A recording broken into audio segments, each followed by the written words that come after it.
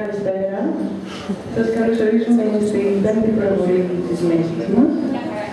Σήμερα προβάλλεται ταινία «Δακολμένα», η Κυψέλη, του Καμούς, Νατέτη Καμούς, ισπανική ταινία, βασισμένη στο μόνικλο βιβλίο. Απλώς να υπενθυμίσουμε ότι σήμερα αυτή την προβολή τελειώνει το πρώτο σκέλος των θερινών προβολών της μέσης μας. Θα κάνουμε ένα μικρό διάλειμμα για διακοπές και σας περιμένουμε ξανά 4 Σεπτέμβρη. Στο ίδιο μέρος, στην ίδια ώρα. Ελπίζουμε να περάσετε καλά. Όποιος θέλει μετά, το προσκαλούμε να κάτσει μαζί μας, να πιούμε ένα ποτό, να γιορτάσουμε έτσι το τέλος του πρώτου σκέλους και να ανανεώσουμε το έργο μας για το Σεπτέμβρη. Τώρα θα δώσω το μικρόφωνο στον κύριο Γιάννη, εκ της ομάδας σας του Πολυμήχανου, και καλή προβολή. Λοιπόν, καλησπέρα σας, καλώς ήρθατε. Μεγάλη χαρά που είστε όλοι εδώ και μεγάλη χαρά που όλο αυτό το καιρό συνεργαστήκαμε με την κινηματογραφική λέσχη Ελληνικού Αργυρούπολη. Κάναμε μια πολύ ωραία αρχή, μια πολύ ωραία συνεργασία και θέλω να ευχαριστήσω στο όνομά μου και στα παιδιά των συνεργατών μου στον Πολυμήχανο για τη συνεργασία, για την επιλογή, γιατί διαλέξατε αυτό το χώρο.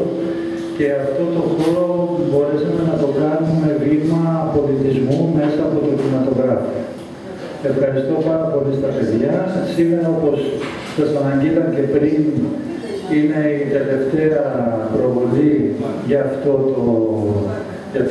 αυτό το καιρό και πάλι νομίζω 4 του μηνός, 4 Σεπτέμβρη, θα είμαστε πάλι μαζί για να συνεχίσουμε οι προβολές. Σήμερα θα δείτε την ταινία του Μάριο Κάμους,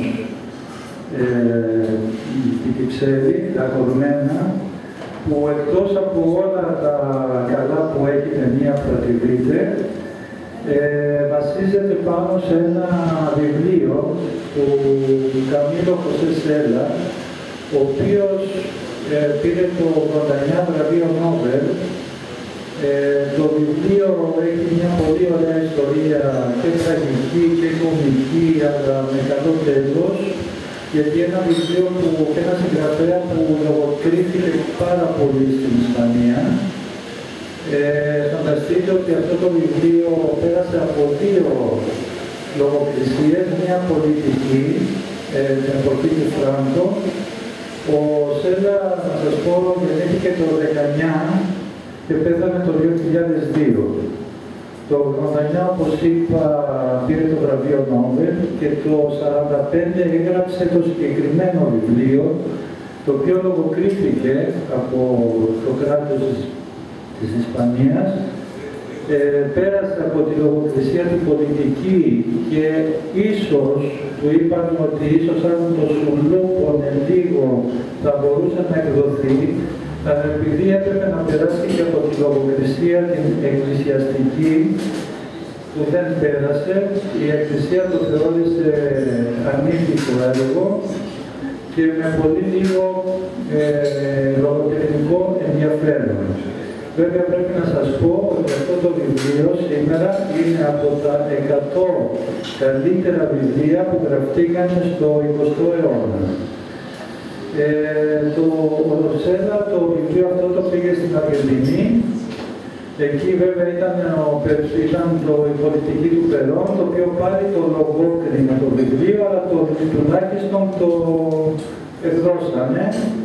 Και έτσι πια το 82 που έγινε η ταινία, ο Σέλας χάρηκε πάρα πολύ που κάποιος σκηνοθέτης, κάποιος δημιουργός πήρε το βιβλίο του και το έκανε ταινία. Θα τον δείτε και στην ταινία, παίζει και αυτός, είναι ένας από τους θαμώνες του καφέ La Delicia. Είναι ένα έργο που ταιριάζει και με τον χώρο μας, γιατί πολύ μεγάλο μέρος της δράσης είναι σε ένα καφέ που μαζεύονται όλοι και συζητάνε.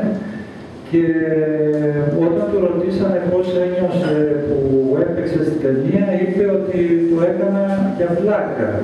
Ήθελα πάρα πολύ να ζω αυτή την εμπειρία, αλλά κάτι πολύ περίεργο. Τα πρόσωπα που έγραψε, δηλαδή όλα τα πρόσωπα του έργου, λέει, δεν είχαν πρόσωπο γιατί ήταν μέσα στο μυαλό μου όπως τα είχα φανταστεί εγώ και όχι όπως ήταν οι ηθοποιοί.